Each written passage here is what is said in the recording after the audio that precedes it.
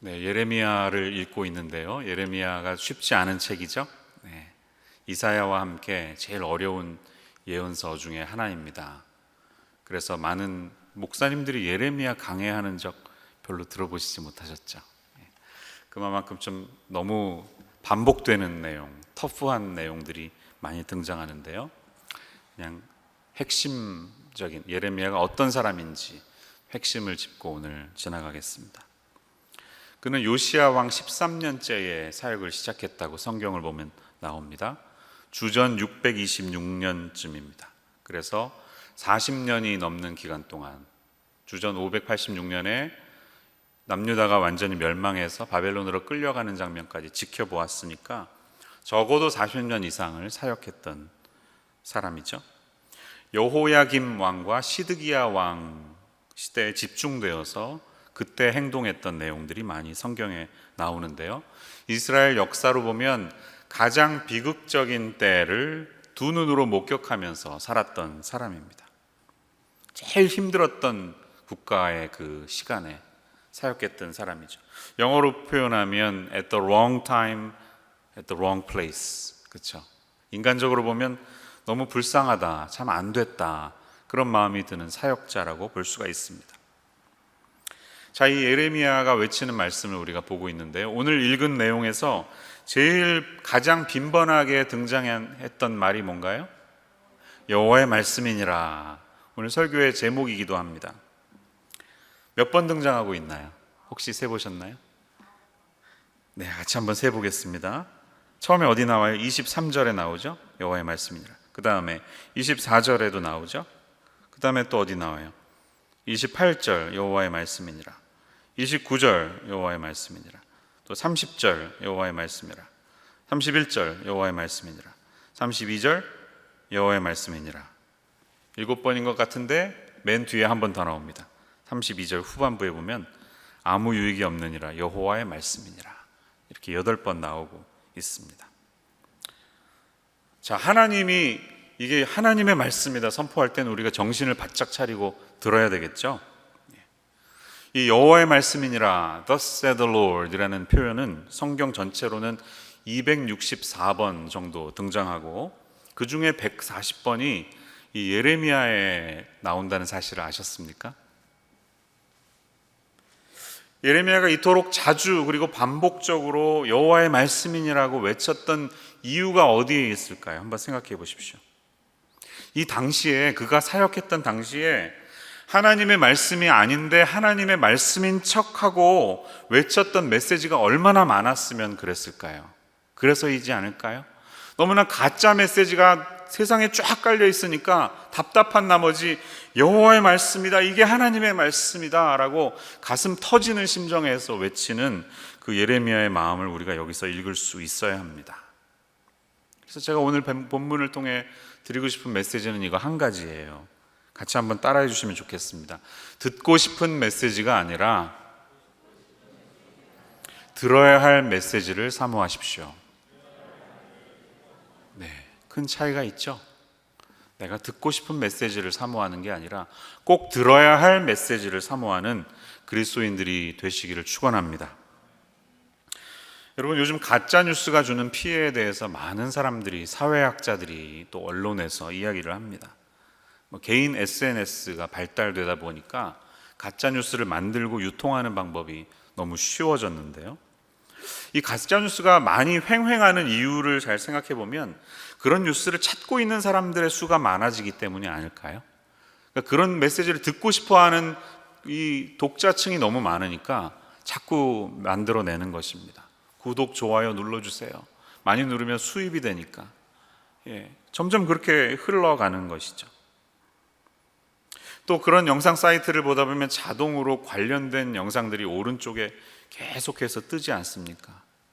그러다 보니까 우리는 내가 보고 싶은 메시지를 계속 클릭해서 보다 보니까 내가 듣고 싶은 그 한 가지 톤에 완전히 취해버리게 되는 것입니다. 그래서 이른바 확증 편향에 빠지죠. 많이 이야기하잖아요.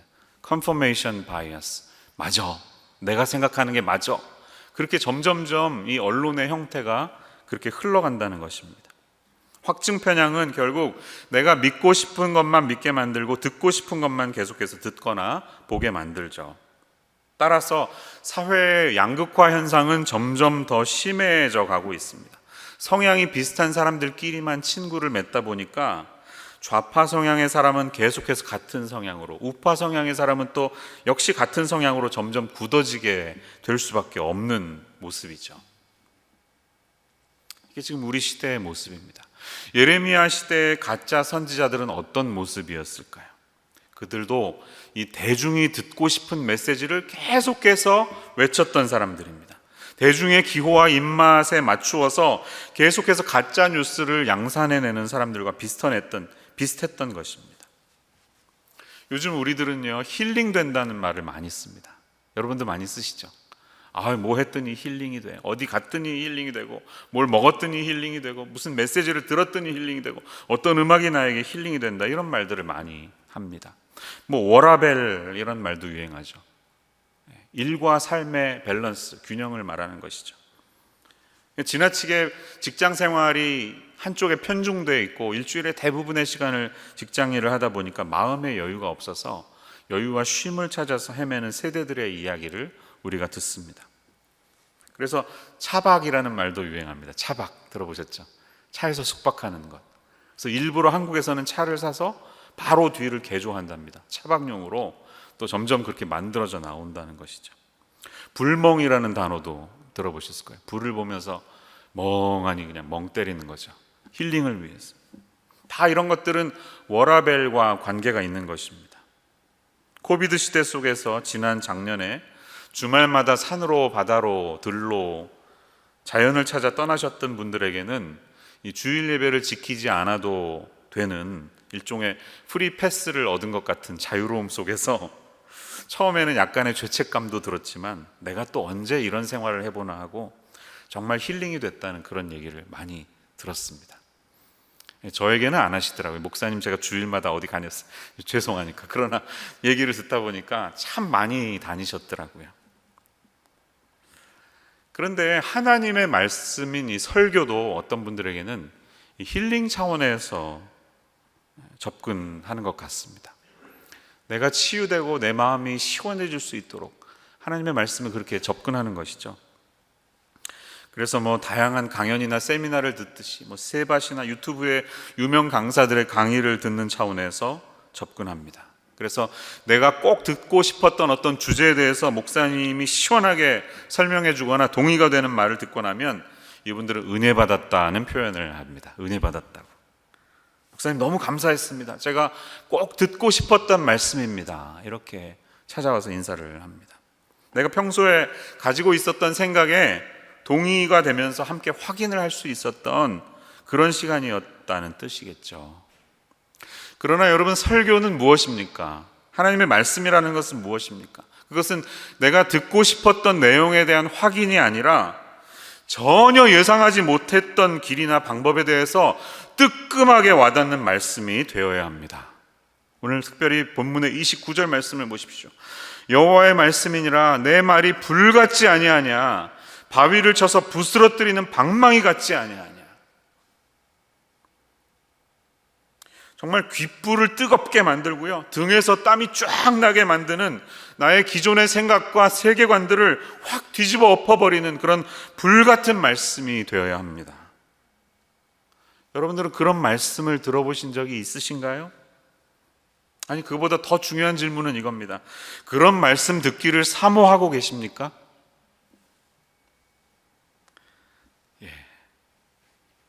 아멘 소리를 좀 듣고 싶었는데요. 다 겸손하셔서.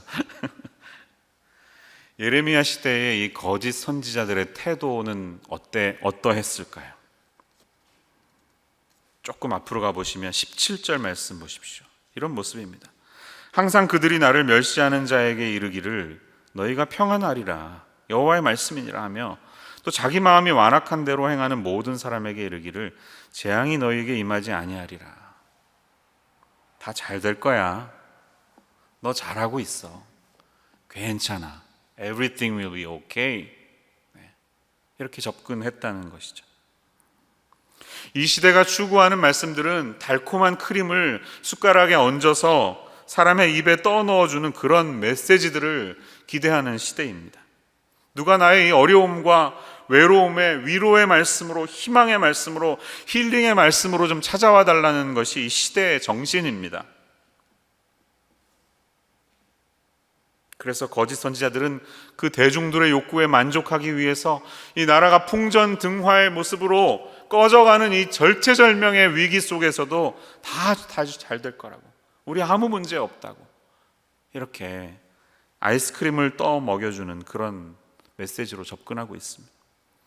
아니, 위암 말기에 걸려서 시한부 인생인데 뭐 먹을 때마다 전부 토해가지고 그렇게 죽어가는 사람에게 감기약 몇 개 주면서 이건 먹으면 금방 괜찮아질 거야 하는 것을 어떻게 우리가 위로받을 수가 있습니까? 아닌 건 아닌 거죠. 근데 이런 삶이, 이런 메시지들이 당시 선지자들의 실상이었습니다. 그리고 그런 선지자들을 백성들이 좋아했습니다. 자꾸 좋아하니까 더 많이 생기죠. 감사하다고 막, 이거는 헌금 아니라 지금 선지자님 드리는 거라고 따로 가지시라고, 그런 재미 들리다 보니까 자꾸 그들의 입맛에 맞는 메시지만을 외치는 것입니다. 우리가 하나님을 외면하고 엉뚱한 길을 가고 있는데 아무 일 없어요, 모든 게 잘 될 거예요 라고 말해주는 목회자를 우리가 원한다면 우리 역시 유다 백성이 되는 것이죠.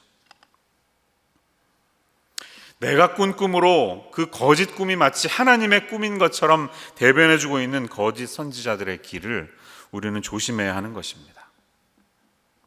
우리가 하나님의 말씀을 들을 때는요, 그것이 하나님으로부터 온 것인지 아닌지를 성경의 내용에서 살아가고 있는 이 삶의 양식에, 라이프 스타일에 합당한지 반드시 점검을 해보아야 합니다.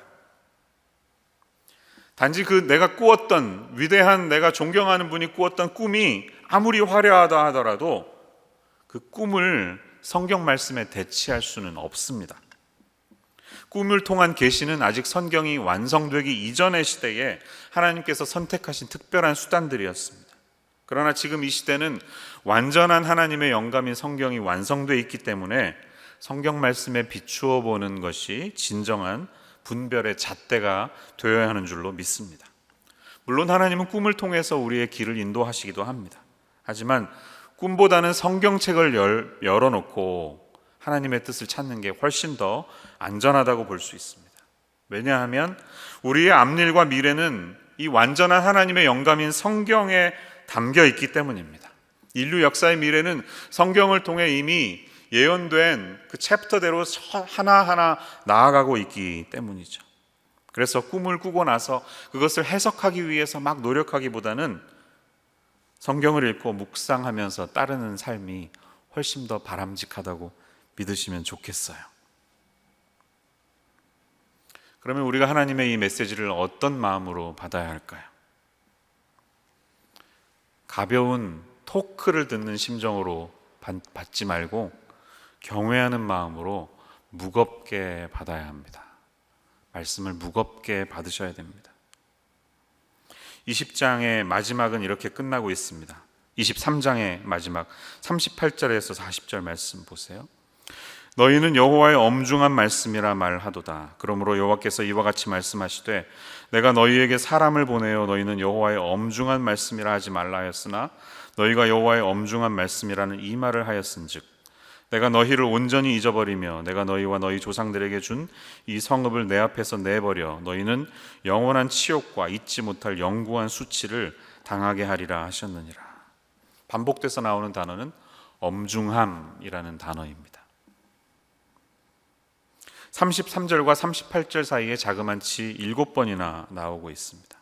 38절에는 이 한 절에 3번씩이나 등장했습니다. 여러분, 하나님의 말씀이 엄중한데요, 이 엄중하면은 2가지 뜻이 있습니다. 그 원래 뜻은 짐이라는 뜻이에요.